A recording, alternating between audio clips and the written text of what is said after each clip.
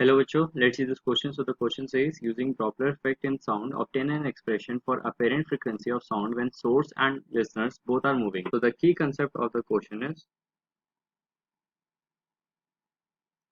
Doppler's effect.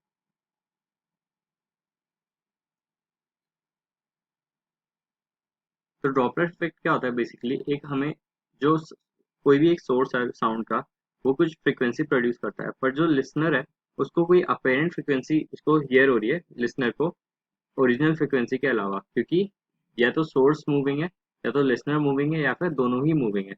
इस effect को हम ड्रॉपलर इफेक्ट कहते हैं। तो जो हमारी फ्रीक्वेंसी का जो फॉर्मूला है वो होता है apparent frequency is equal to original frequency F naught bracket में velocity of sound in air plus minus velocity of observer divided by velocity of sound in air plus minus velocity of source।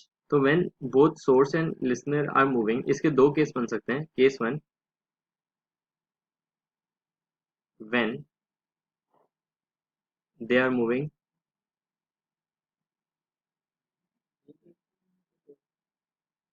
away। Away के case में जो apparent frequency होगी हमारी apparent frequency वो कम होगी F not से।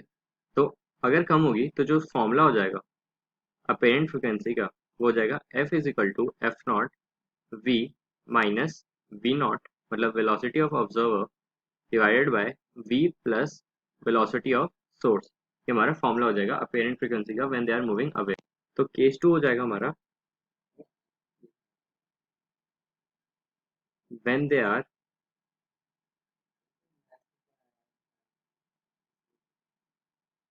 Moving towards. तो इस केस में जो अपेरेंट फ्रिक्वेंसी होगी हमारी वो ज़्यादा होगी किससे frequency produce by the source. तो अगर हम देखें इसमें formula apparent frequency is equal to F naught V plus velocity of observer divided by V minus velocity of source. So these are the final answer. Hope you understood it well. Best of luck.